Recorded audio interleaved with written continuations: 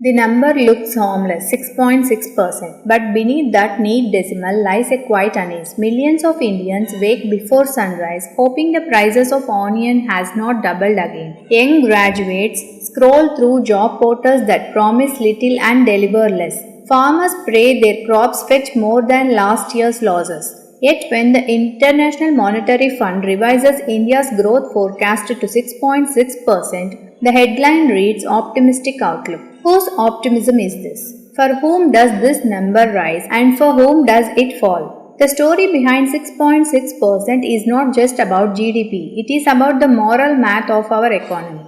Is 6.6% growth enough to heal a divided economy? Let's begin with a question that is rarely asked aloud. What does growth really mean? Every few months, the International Monetary Fund publishes its World Economic Outlook, a document that can move markets and shape policies overnight. For India, the IMF's latest revision sets the growth forecast for 2025 and 26 at 6.6%. On the surface, it sounds promising, higher than many advanced economies, resilient amid global slowdown. But if you walk through the lanes of rural Bihar or the factory clusters of Surat, the number feels detached from reality. Because GDP is not food on the plate, it is a measure of movement, not necessarily of well-being. The IMF's optimism is rooted in India's demographic advantage, digital innovation, and strong domestic consumption. But here is where the ethical lens must cut through the macroeconomic fog. Who participates in this growth and who remains invisible beneath it? The International Monetary Fund revises growth forecast based on a mix of factors: fiscal policy, inflation trends, private investment, and global trade conditions. India's projected 6.6% for the financial year 25 and 26 reflects expectations of stable inflation around 4.5%, continued capital expenditure by the government, and gradual recovery in exports as the world economy stabilizes. Sounds rational, but the deeper story lies in the composition of that growth. India's post-pandemic economy has shown two phases, one glittering and one ghostly. On one hand, record profits for listed companies, booming stock markets, and digital payment revolutions. On the other, stubborn rural distress, youth unemployment at 23%, and informal workers still trapped outside social protection nests. So when the International Monetary Fund revises its forecast upward, it is not necessarily a medal for equitable development. It is a macroeconomic signal, not a moral one. Since the 1991 economic reforms, India's engagement with the IMF has been both strategic and cautious. The fund's frameworks like the fiscal prudence, inflation targeting, structural reforms have influenced how our policymakers design the budget and monetary policy. But here is the paradox. The IMF, though global in scope, often evaluates economies through lenses shaped by Western experience. Growth is success, deficit is danger. Yet for a country like India, growth without justice becomes a hollow triumph. Let's remember the same IMF once praised policies that deepened inequality in Latin America, then later called inequality a threat to growth. Economic philosophy, it seems, evolves only after the damage is done. Let's pause here. When you hear India will grow at 6.6%, what image comes to mind? Highways, startups, shiny malls, or the exhausted sanitation worker outside that mall earning 9,000 a month? GDP measures the total value of goods and services produced, not how fairly that value is shared. The GDP can grow even as millions sink deeper into informal labor, even as forests are cut to make space for industrial zones. Can a nation truly call itself developing if its growth leaves its citizens behind? This is where our obsession with percentages becomes ethically dangerous. Numbers can comfort the powerful because they are impersonal. They hide pain in decimal points. One of the clearest implications of the International Monetary Fund's forecast is this: high growth without high employment. India's growth in recent years has been driven by capital-intensive sectors like technology, finance, and urban infrastructure. Meanwhile, labor-intensive sectors like textiles, manufacturing, and agriculture have stagnated. This mismatch leads to what economists call jobless growth. The economy expands, but jobs don't. Between 2017 and 2023, India added over 60 million people to its working age population, yet formal job creation has lagged. This is not just an economic flaw, it is a social time bomb. Frustration among youth without livelihoods can morph into alienation, even unrest.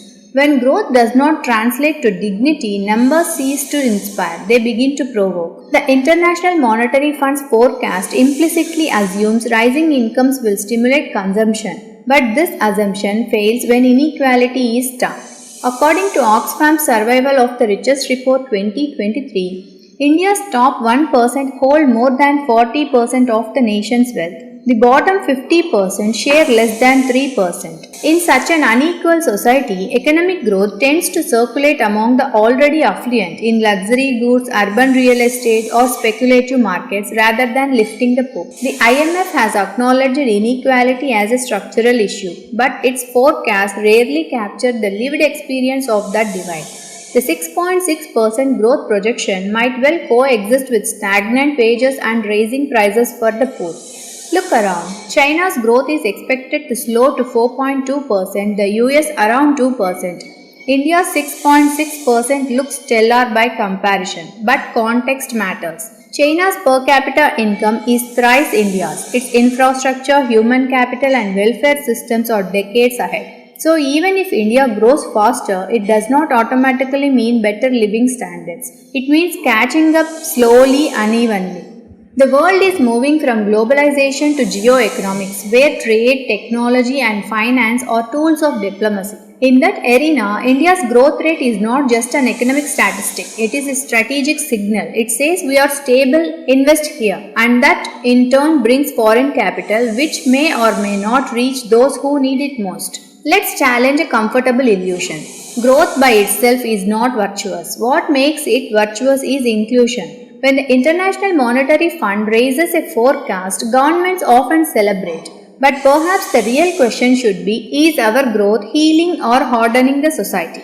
A morally conscious economy measures success not only in output but in opportunity. It values ecological balance, mental well-being, and dignity of labor as much as fiscal surplus. India's GDP has grown, yes, but has India grown more compassionate, more fair, more human? Policies like PM Kisan, Ayushman Bharat, and Skill India are steps towards inclusive growth, but their impact remains uneven. The upcoming years demand a deeper shift from economic expansion to ethical expansion.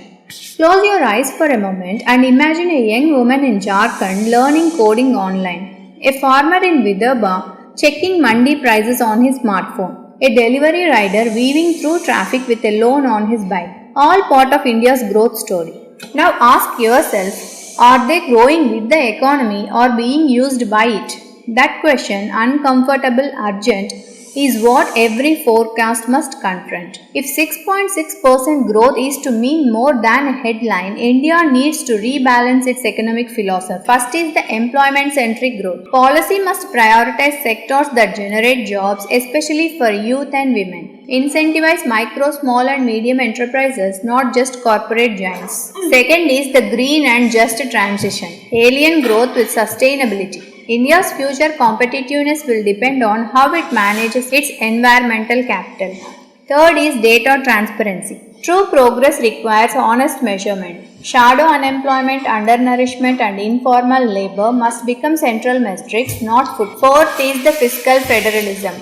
Empower states to design context-specific development strategies instead of one-size-fits-all models. Fifth is the ethical governance. Public accountability and reduction of cronyism are moral imperatives because growth built on corruption corrodes trust faster than it builds wealth.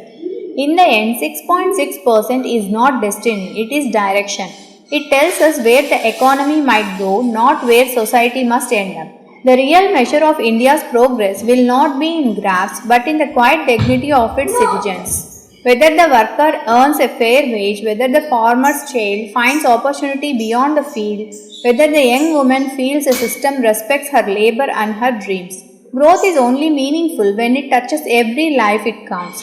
So when you hear India's growth forecast revised to 6.6%, ask not just how much we are growing but who we are growing for.